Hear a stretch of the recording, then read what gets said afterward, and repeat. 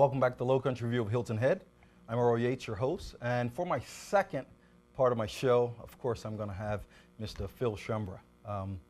If you know Phil, of course, he's a very lively Hilton Head personality. You know that whenever you're in his presence, you're certainly going to get some knowledge that you didn't have previously. Today, we'll probably open a little bit, since there's a lot of things going on in the island as far as politics going. We have new mayor and town council and everything is coming up. Just to basically get Phil's perspective on things that could be changed and what we can look forward to as the years come by. So, Phil, good to have you on, sir. Well, thank you. I appreciate it. Well, off camera, of course, when we were speaking, we talked briefly about, the youth and the opportunity for them here on Hilton Head, which is something that hasn't been praised much in our past. But now, through certain circumstances and finance and, what we have going on economy-wise, you're starting to see an influx of students coming back. And how is that working? Well, I think it's working exceedingly well. It's an interesting question that you should ask me, especially since my son Christopher and two of his lifelong buddies that he went to Hilton Head Prep with, Randy Ferree and Andrew Hazel, just started a company called ARC Innovations. And I think the recession that we have right now really crystallized to them the value of Hilton Head Island, meaning instead of going out and trying to work for a company wherever it may be throughout the country and be on that introductory level, virtually at an intern level today, unfortunately, they decided that they wanted to come back home. And the opportunities that abound today for young adults, or of any age really, to be an entrepreneur in a recession is unlimited, especially on Hilton Head Island. We have a lot of commerce here. So instead of going to a small town USA and say, hi, I'm Christopher Schembra or whatever, they're here and they have a networking base, they have a support system of family and friends, they have people that are rooting them on.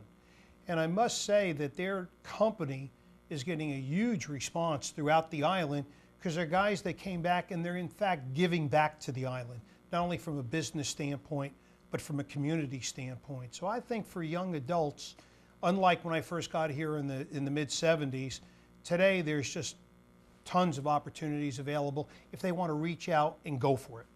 Now, with that being said, opening up the political side of Hilton Head, what is it that you see in our future now that will make Hilton Head a better place? I mean, of course, I'm a bit biased on the culture side, because I think one of the greatest thing in any aspect of life is to know more about your past so you can gain more momentum towards the future. And I think Hilton Head is missing a whole lot of their past. And I think the more we look into our past and find out, like through the Gullah community and business in general, we can find out what we can do better. And my biggest question for you is, what areas do you think we need to work on most as an island community? I think to celebrate who we are. I think the past on Hilton Head is a pretty darn exciting past. There's a lot of history to it, just like there is in the whole Lowcountry. I think North Carolina and South Carolina right now are in that kind of time warp where people, instead of looking at Florida and other points, are looking here for the quality of life that we have. And I think what we really need to concentrate on is the things that Hilton Head does very, very well, and then the things that we need to improve. If you look back at the founders of Hilton Head, rest his soul, Charles Fraser and the Hacks and a lot of other people, they created what many people consider the finest land plan community in the country. Not the best community in the country, but for land planning and design. Density, amenities, quality of life, subtropical, easy to get to, Atlantic Ocean, more amenities probably per square mile than you can get anywhere else in the country.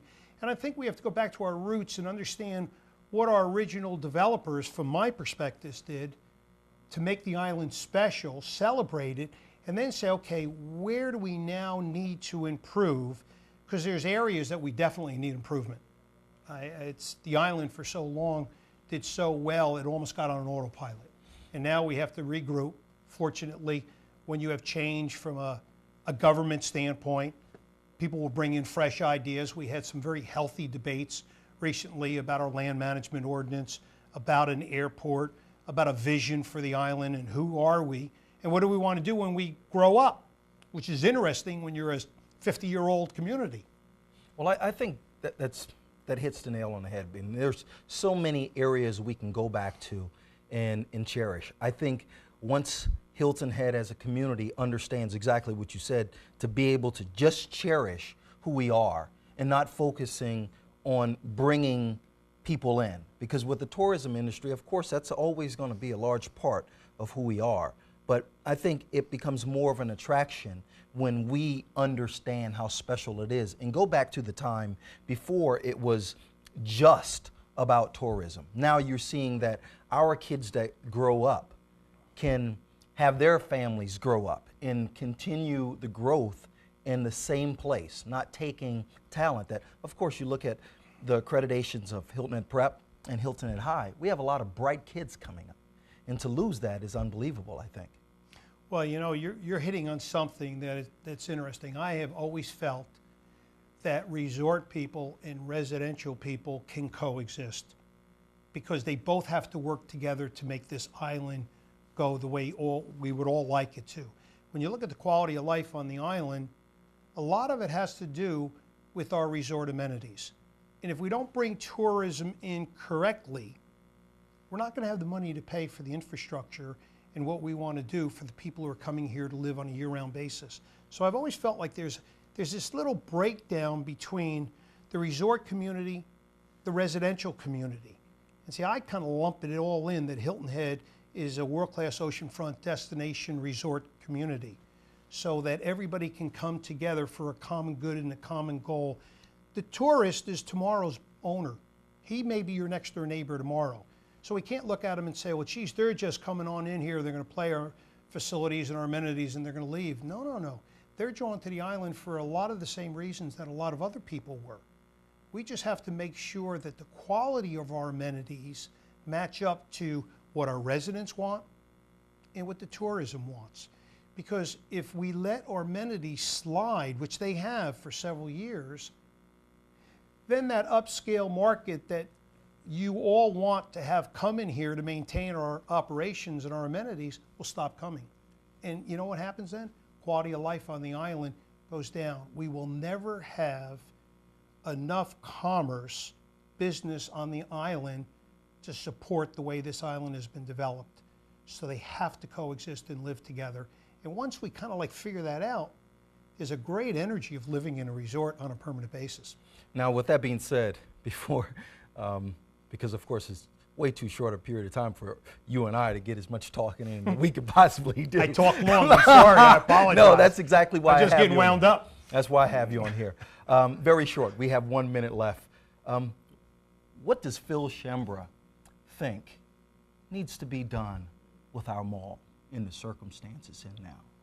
I'd love to see it maybe even be leveled and redeveloped. It could be a wonderful, wonderful town center. It just never, ever, ever worked as a mall, and I'm afraid it just never will work as a mall. What happened in Bluffton with all the outlets has taken that kind of business off the island. So we really need to reevaluate where is that mall going to go. And its time may have passed itself where we need to bring in people who want to redevelop it. You know, we have Broad Creek sitting in the backyard there, and nobody even has a clue it's there. What spectacular views that we have there. So does it become a town center?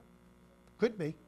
Well, I think that's a great point, because I think it's funny you say about Broad Creek being behind it. I think we get more revenue out of the park that's behind it that's actually in the mall. But Phil, thank you very much, sir. It was a pleasure, and I'm going to have to make you certainly almost resident to that chair, you know, so this island could actually hear what you have to say, because it comes from not only a perspective of a successful businessman, but also a family man here, and that we all need to hear from. Thank you. My pleasure. I appreciate it. You have a great day. Well, this has been Lowcountry View of Hilton Head. I'm glad that you have joined Phil and I for the second part and enjoyed yourself. Just got a little bit of knowledge. I'm sure it's the same questions that you've been asking amongst each other, and here's Phil's point on it. Have a good night.